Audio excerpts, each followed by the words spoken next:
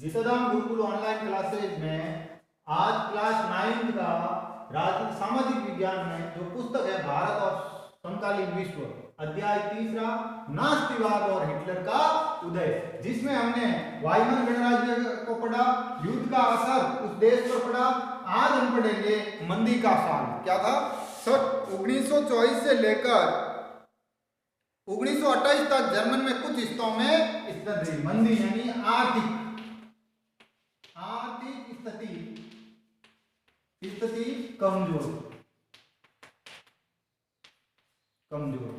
ठीक है, ये 1924 से लेकर 1928 तक जर्मन में जर्मन की आर्थिक स्थितियां कमजोर रही, लेकिन ये स्थिति मानो रेत के ढेर पर खड़ी थी। जर्मन निवेश और औद्योगिक गतिविधियों में मुख्यतः अमेरिका से लिए गए अल्पकालीन कर्जों पर आश्रित था। अब वो अपना औद्योगिक विकास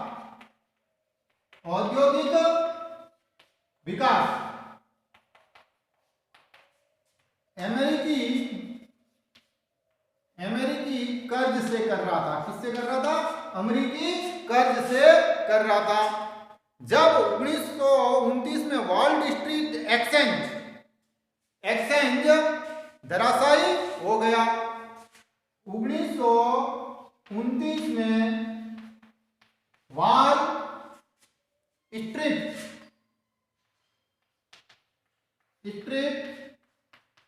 एक्सचेंज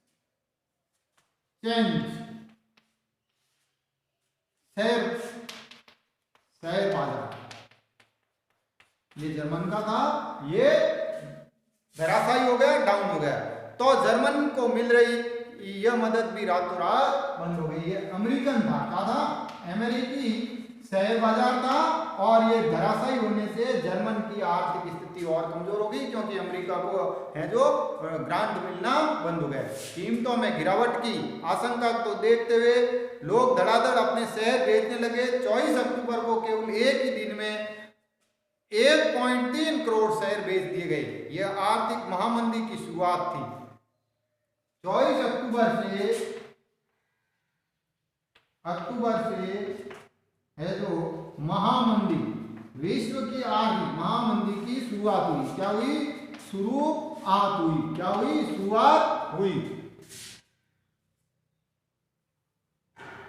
यह आर्थिक महामंदी की जो 1929 से लेकर 1932 तक अगले 3 सालों में अमेरिका की राष्ट्रीय आय के आधी रही, और ये 24 अक्टूबर 1929 से लेकर 1932 तक रही। क्या थी?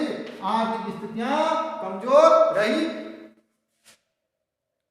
फैक्ट्रियां बंद हो गई, निर्यात गिरता जा रहा था, किसानों की हालत खराब थी, सट्टे बाजार में पैसा खींचते जा रहे थे। अमेरिकी अर्थव्यवस्था में आई इस मंदी का असर दुनिया भर में पड़ा। ये अमेरिका में थी, और दुनिया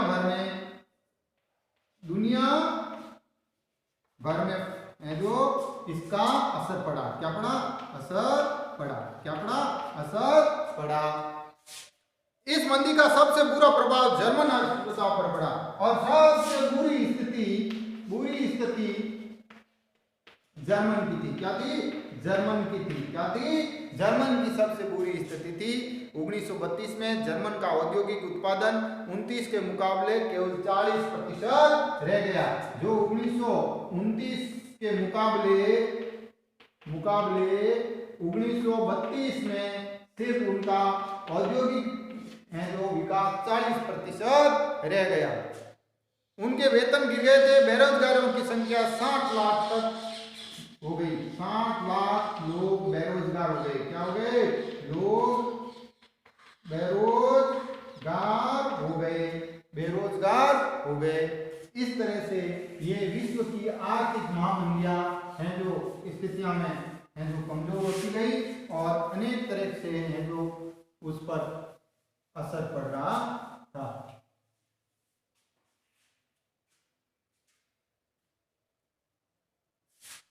मैं कोई भी काम करने को तैयार हूं लिखी तख्ती में लटकाए खड़े रहते थे। और स्थितियां यह थी आर्थिक महामंदी की, जो बेरोजगारी बेरोजगारी का आलम यह था कि लोग गले में तख्ती लटका के रहते थे, मैं कुछ भी काम करने को तैयार हूं, और उनको जॉब नहीं मिलता था। नुकड़ों पर झुंड लगाए रहते, फिर रोजगार दफ्तरों के बाहर लंबी कतार में खड़े पाए जाते। जैसे जैसे वे लोग हैं जो खत्म हो रहे थे, युवा वर्ग आपराधिक गतिविधियों में संलिप्त हो जा रहा था, चारों तरफ गहरी हताशा थी। आर्थिक संकट ने लोगों में गहरी बेचैनी पैदा कर दी। जैसे जैसे मुद्रा का अवमूल्यन होता जा रहा था, मध्यम वर्ग, खास तौर से वेतनभोगी कर्मचारी और पेंशनधारियों की बचत भी सिकुड़ती जा रही थी। जब इस आर्थिक मंदी में है जो मुद्रा का अवमूल्यन हो रहा था। क्या हो रहा था? मुद्रा का अवमूल्यन हो रहा था, और लोगों में की बचतें छोटी हो जा रही थी, कारोबार ठप हो जा रहे थे, छोटे मोटे व्यापारी स्वरोजगार में लगे और खुदरा व्यापारियों की हालत खराब थी। समाज के इन तबकेदारों को सर्वहाराकरण का भय सता रहा था। उन्हें डर था कि अगर यही ढर्रा रहा तो एक दिन मजदूर बनकर रह जाएंगे, या हो सकता है कि उनके पास कोई रोजगार ही ना। अब सिर्फ संगठित मजदूरी थे जिनकी हिम्मत नहीं टूटी थी। अब सिर्फ कुछ हौसला जो बचा था वह संगठित मजदूरों का था। किसका था? मजदूरों की स्थिति है जो ठीक ठाक थी। लेकिन रोजगार की बढ़ती फौज उनके मोल भाव की क्षमता को तो चोट पहुंचा रही थी। बड़े व्यवसाय संकट में थे। किसानों का एक बहुत बड़ा वर्ग उत्पादक की कीमतों में बेहिसाब गिरावट की वजह से परेशान थे। युवाओं को अपना भविष्य अंधकार में दिखाई दे रहा था। अपने बच्चों का पेट भर पाने में असफल औरतों के दिल भी डूब रहे थे। राजनीतिक स्तर पर वाइमर गणराज्य एक नाजुक दौर पर गुजर रहा था, और वाइमर गणराज्य की राजनीतिक स्थिति भी खराब थी। क्या थी? खराब थी। क्या थी? राजनीतिक स्थिति भी उसकी खराब थी। वाइमर संविधान में कुछ ऐसी कमियां थी जिसकी वजह से गणराज्य कभी भी अस्थिर और तानाशाही का शिकार हो सकता था। इनमें एक कमी थी अनुपातिक प्रतिनिधित्व से संवैधानिक। अब उसमें संवैधानिक कमियां थी जिससे तानाशाही का भय था। क्या था? तानाशाही का भय था। क्या था? भय था।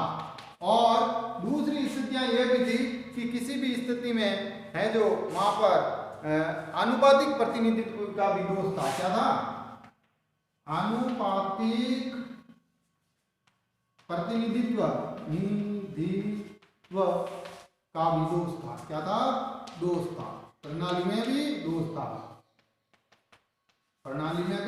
दोष था।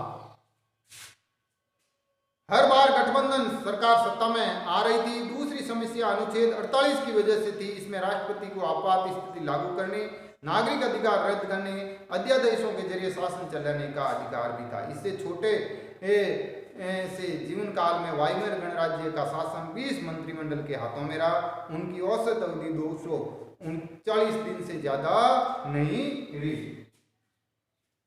दूसरी कमी थी राष्ट्रपति की सीमित शक्तियां। क्या? शक्तियां। राष्ट्रपति के पास असीमित शक्तियों का भी था जो अनुच्छेद 48 के तहत उनको दिया गया था। इन सारे नुकसों के बावजूद संकट दूर नहीं हो पाया। लोकतांत्रिक संसदीय व्यवस्था में लोगों का विश्वास खत्म होने लगा क्योंकि उनमें कोई समाधान नहीं सुलझा था। कल हम पढ़ेंगे हिटलर का आवागमन। क्या पढ़ेंगे? हिटलर का आवागमन। धन्यवाद।